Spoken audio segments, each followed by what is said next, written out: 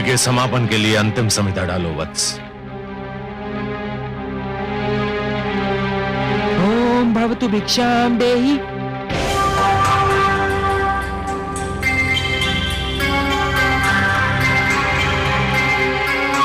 कहां जा रहे हो वत्स? यज्ञ समापन के अंतिम क्षण है ये। पूर्ण आहुति डालो।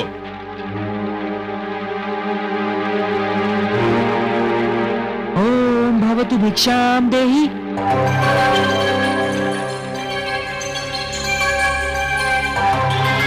बैठ जाओ वत्स, तुम यज्ञ छोड़कर कहीं नहीं जाओगे। भिक्षाम देहि राजन।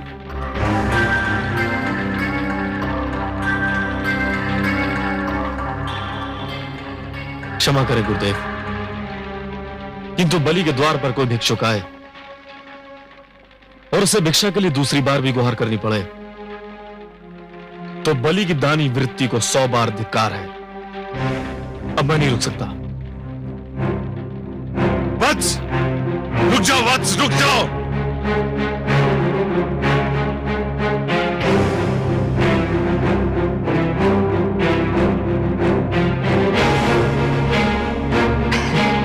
प्रणाम राजन। प्रणाम ब्राह्मणदेव, कहिए क्या चाहिए आपको? राजन, मैं तो एक साधारण ब्राह्मण हूँ और एक ब्राह्मण भिक्षा के अतिरिक्त और क्या चाह सकता है? क्या भिक्षा चाहिए आपको? स्वर्ण, गोधन, गजधन, हीरे, मोती? नहीं राजन, मुझे इनमें से कुछ भी नहीं चाहिए। ब्राह्मणदेव, तो फिर जो भी आवश्यकता हो आपकी मेरे सामने व्यक्त कीजिए। यदि मेरे वश में हुआ तो मैं उसे पूरा करने में तनिक भी संकोच नहीं करूंगा। राजन, राजन, मुझे तो केवल 3 पग भूमि चाहिए। 3 पग भूमि? ब्राह्मणदेव, क्या करेंगे आप 3 पग भूमि का? मैंने तो ये सुना था कि दानी बलि में ये पूछता है कि वो दान किसे दे रहा है और मैं ये पूछता है कि वो दान में क्या चाह रहा है। ब्राह्मणदेव, मैंने 3 पग भूमि मांगने का कारण इसलिए नहीं पूछा था कि मैं प्रयास करना चाहता हूं। तो फिर क्यों पूछा?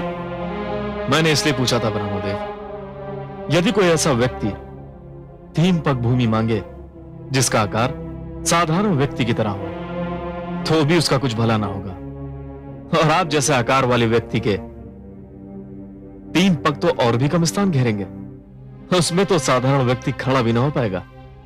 राजन, मैं ये 3 पग भूमि किसी साधारण व्यक्ति के लिए नहीं मांग रहा हूँ, स्वयं अपने लिए मांग रहा हूँ। आप में क्षमता हो तो भिक्षा दान करें, नहीं तो मैं आगे बढ़ूं।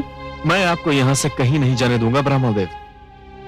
मुझे तो यह सोचकर आश्चर्य हो रहा है कि आप महासागर से केवल 1 बूंद पानी मांग रहे हैं, पर्वत से केवल 1 कण चाहते हैं। आप मुझसे केवल 3 पग भूमि मांग रहे हैं और मैं क्षुब्ध हो रहा हूं कि इतना छोटा, इतना साधारण, इतना तुच्छ दान लेते हुए आपको तो लज्जा नहीं आ रही है, किंतु ब्राह्मणदेव, देते हुए मुझे लज्जा आ रही है। मांगिए ब्राह्मणदेव, कुछ ऐसा मांगिए कि जिसे देते हुए मुझे प्रसन्नता हो, गर्व हो।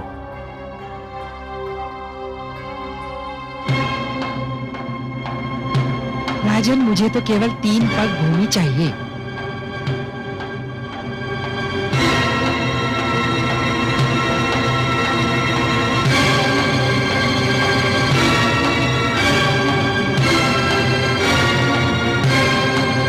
कुछ मत देना वत्स, इस ब्राह्मण को कुछ मत देना, इसे कुछ मत देना वत्स, इस ब्राह्मण को कुछ मत देना। गुरुदेव, किंतु क्यों? इधर आओ, ये ब्राह्मण नहीं है। तो फिर कौन है ये? ये छलिया है, ये स्वयं विष्णु है। श्री विष्णु भगवान? हाँ, विष्णु, जिसे तुम सब बड़े आदर से श्री विष्णु भगवान कहते हो, परंतु मैं जानता हूं ये कौन है, क्या है। देखो ना, आज भी वामन रूप में हमें ठगने आ गया है। नहीं गुरुदेव नहीं, आप तो भली भांति जानते हैं कि मैं माता लक्ष्मी का कितना बड़ा उपासक हूं। मैंने तो उनसे भी कहा था कि मैं भगवान विष्णु के दर्शन करना चाहता हूं, जो मेरे दादा श्री प्रहलाद के पूज्य हैं। गुरुदेव, मैं कितना सौभाग्यशाली हूं कि आज भगवान स्वयं चलकर मेरे द्वार पर आए हैं। मैं तो प्रसन्नता से फूला नहीं समा रहा हूं। मूर्ख मत बनो, तुम विष्णु को नहीं जानते हो। यह तुम्हें दर्शन देने नहीं, दंड देने आया है। गुरुदेव, भगवान यहां किस लिए आए हैं मेरे लिए कोई महत्व नहीं रखता। वे यहां आए हैं मेरे लिए बस यही महत्वपूर्ण है। मैं जिनके दर्शन के लिए इतना व्याकुल था, वे मेरे सामने हैं। क्या इससे बड़ा सौभाग्य संभव है? और वे भी भिक्षुक बनकर। ये सब एक ढोंग है, एक छलावा है। तुम इसके छल में मत आना।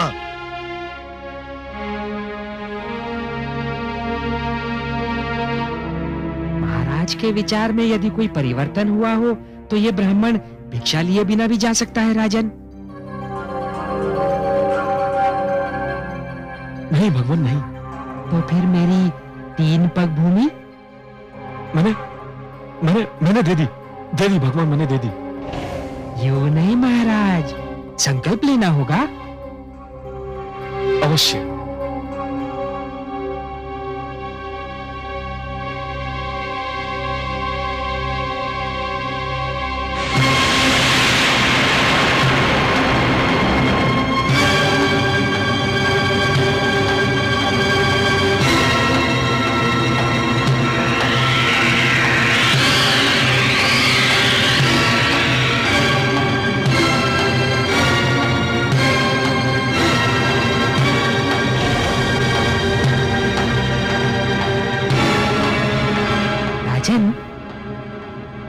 लगता है कि कमंडल में कोई कीट फंस गया है।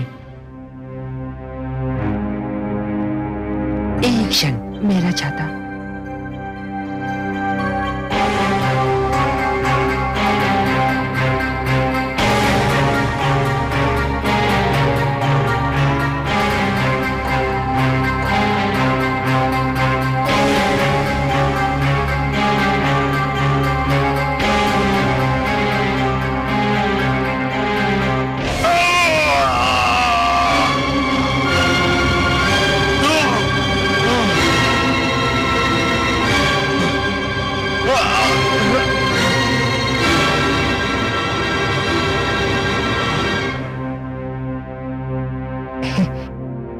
राजन, कीट निकल गया।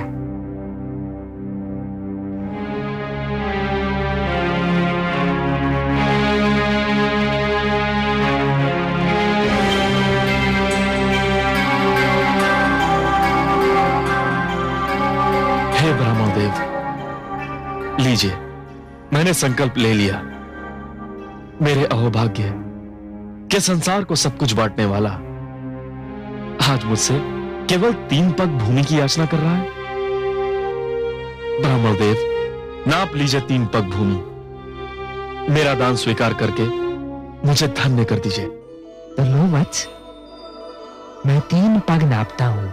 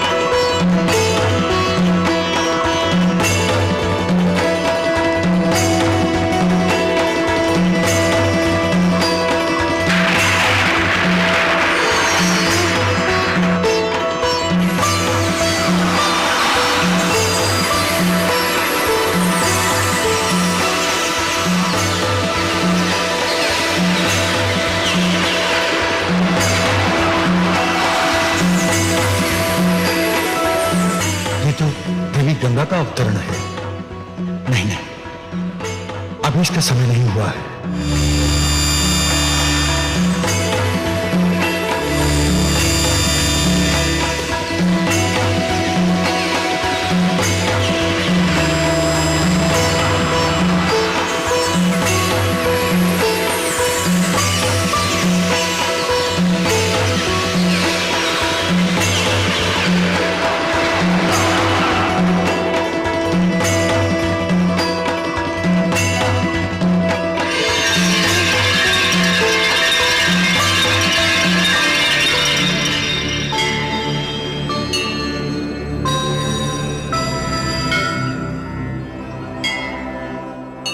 हे आदि प्रजापति, मुझे अपने कमंडल से मुक्त करने की कृपा कीजिए। मुझे धरती पर जाना है। धरती मुझे पुकार रही है। धरती को मेरी आवश्यकता है।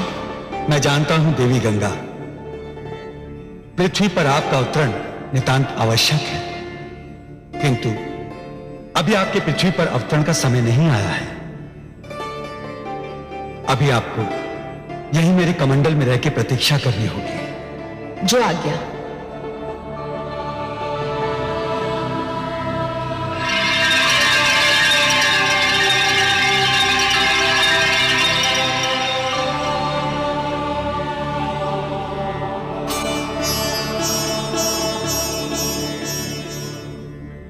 हे बलि, मैंने पहला पग उठाकर समस्त धरती और पाताल को नाप लिया है। अब मैं दूसरा पग उठाने जा रहा हूं।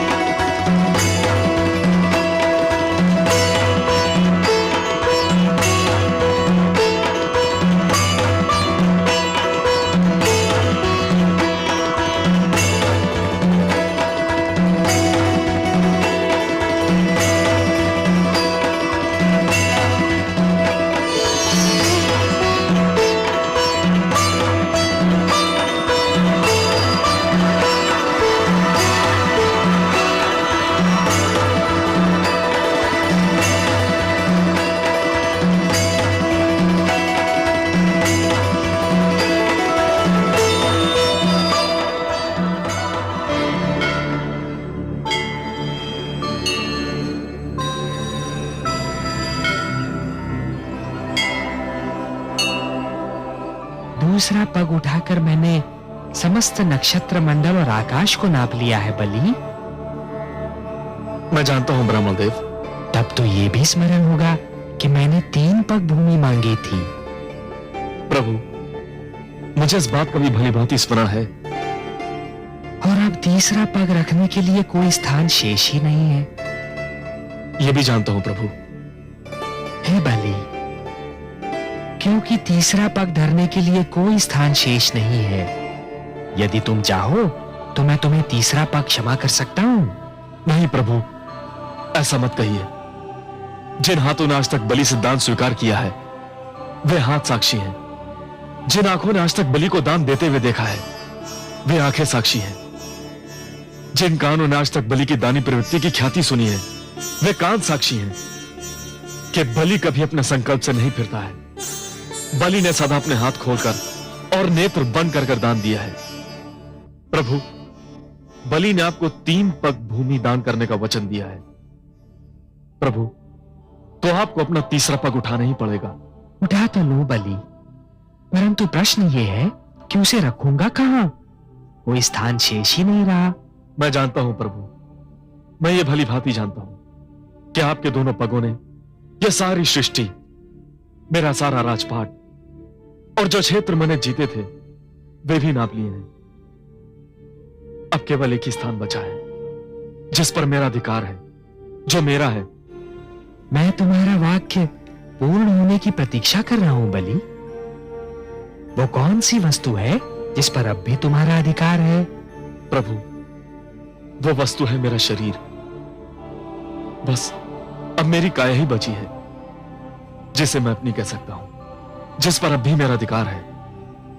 प्रभु, आप अपना तीसरा पग मेरे शीश पर धरिए, ताकि संसार ये जान ले कि बलि केवल देना नहीं, वचन निभाना भी जानता है।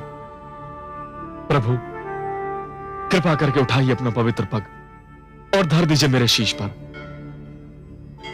प्रभु, ये मेरा आग्रह भी है, मेरा हट भी है और मेरी विनती भी है।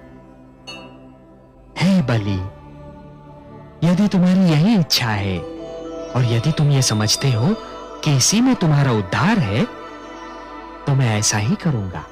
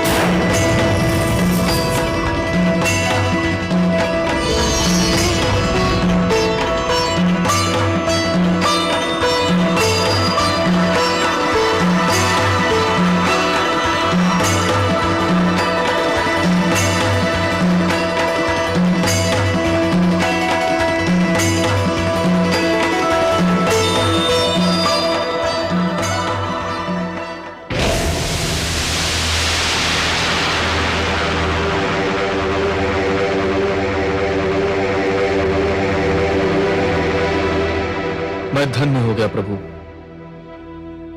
मैंने अपना वचन निभा दिया।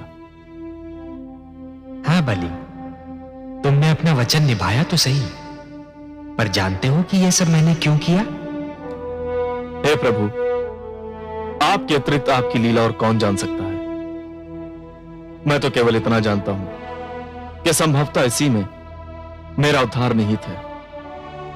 बलि, तुमने अपने जीवन का प्रारंभ बड़े शुभ और उत्तम ढंग से किया था, परंतु जब तुम जीवन के दोराहे पर पहुंचे, तब तुम उस मार्ग पर चल पड़े बलि, जिस पर असत्य का डेरा था, अहंकार का अंधेरा था।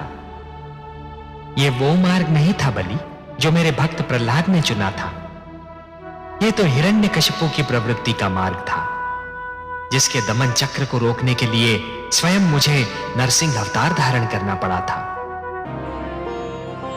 जब तुम उस मार्ग पर अत्यधिक आगे बढ़ चुके थे बलि, तब तुम्हें अपनी भूल का आभास अवश्य हुआ था, परंतु तब तक तुम स्वयं उस मार्ग से लौटकर नहीं आ सकते थे।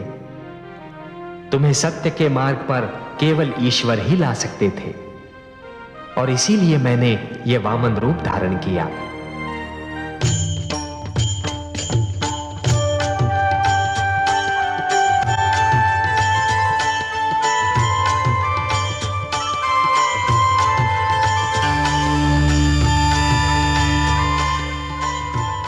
प्रणाम माता, आपकी जय हो। आयुष्मान भव वत्स। सर्वेश्वर तुम्हें बता देना चाहते थे कि जिस प्रकार दीपक ये जान लेता है कि सूर्य प्रकाश में उसके अस्तित्व का कोई महत्व नहीं और वो बुझ जाता है, उसी प्रकार प्राणी को भी ये जान लेना चाहिए कि ईश्वर की शक्ति के समक्ष उसका कोई महत्व नहीं और उसे उसके आगे सिर झुका देना चाहिए। अब यह लक्ष्य पूरा हो चुका है, तुम्हें सत्य का ज्ञान हो चुका है। मेरा सिर झुक चुका है माते, और इसीलिए हम दोनों तुमसे अत्यंत प्रसन्न हैं। हे बलि, तुमने दान दीक्षा का एक ऐसा उदाहरण दे दिया है जो समस्त संसार के रहते भुलाया नहीं जा सकता। वत्स, तुमने अपनी प्रजा को न्याय दिया, परिवार को स्नेह दिया, बस एक भूल की तुमने, अपने क्रोध में अपनी सीमा भूल गए। बलि, जीवन का महानतम लक्ष्य सीमाओं का निर्धारण ही तो है। मैं तुमसे अपार स्नेह करती हूं। मैंने अपनी कृपा से तुम्हारे लिए भंडार का मुख खोल रखा था, क्योंकि तुम धन का सदुपयोग कर रहे थे। अब मेरा लक्ष्य पूर्ण हो चुका है और मैं तुम्हें क्षमा भी कर चुका हूं। अब मुझे क्षीर सागर लौटना है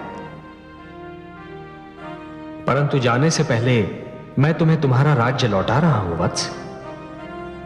यदि इसके अतिरिक्त भी तुम्हारी कोई और इच्छा हो तो व्यक्त करो, उसकी पूर्ति करने में मुझे आनंद ही होगा।